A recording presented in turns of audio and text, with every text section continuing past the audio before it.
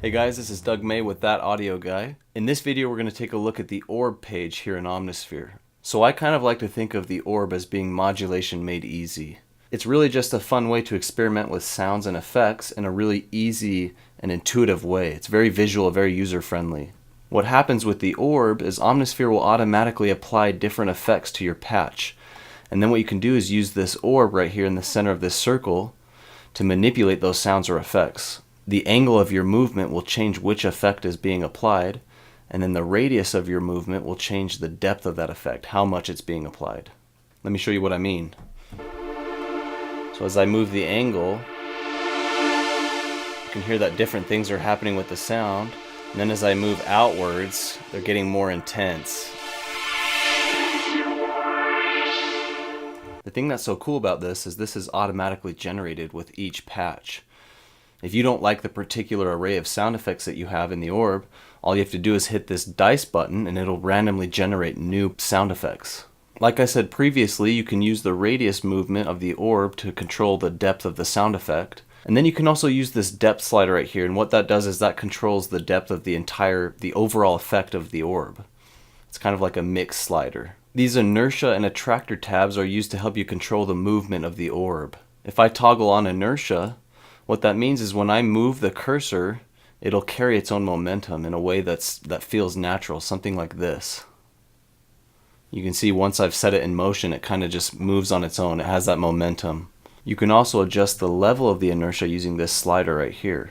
So say I don't want so much movement, I can bring this down, and now when I put it in motion, it still has some of that momentum, but not as much as it did before. When I toggle this attractor tab right here, what that does is it allows the ORB to behave a little bit like a pendulum. So if I put it in motion, it kind of does stuff like this. And these are really cool. You can get really interesting movements. If I were to put it in motion, and then I'm playing, on my keyboard, interesting sounds are coming out of Omnisphere. It's really cool.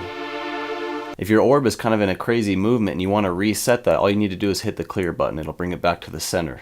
Another thing that's really cool about the ORB is it can actually capture your movements. So it actually does that in 4 different ways, and you can select one of those 4 ways by using this drop-down tab right here. When motion is selected and I hit record, Omnisphere is going to capture the movement of the ORB for a few seconds, and then it's going to use that movement to create a full 360-degree cycle. Let me show you what that means. So first you'll hit the record button, and you'll see it start to blink. That means Omnisphere is waiting for you to start a movement with the ORB. And then I can make a movement like this. And again, it only captures a few seconds of that. And now when I play keys on the keyboard, it's going to incorporate that simple movement. It's going to create its own 360-degree cycle like this. You can see how it's making its way completely around. The other modes of capture work a little bit differently. So for example, if I were to select 1 bar, what's going to happen when I hit record is Omnisphere is going to capture 1 bar's worth of movement, and then it'll take that movement and create a fluid motion with that. Let me show you what that looks like. So if I hit record and then make movements with the ORB, it'll capture 1 bar's worth, and then it'll take that motion that I just captured and it'll create a fluid movement for that.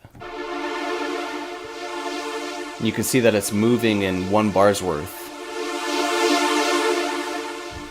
And again, this is mapped to the BPM of your DAW, which is really cool. This drop down right here lets you select between 2 different triggering modes, either song position or legato. In legato mode, the movements will move through the cycle that you've recorded as long as you're playing your notes in legato. As soon as you break the legato and play a new note, it's going to restart the movement regardless of where it was in the cycle. In song position mode, the movements are going to move through the cycle regardless of how you're playing.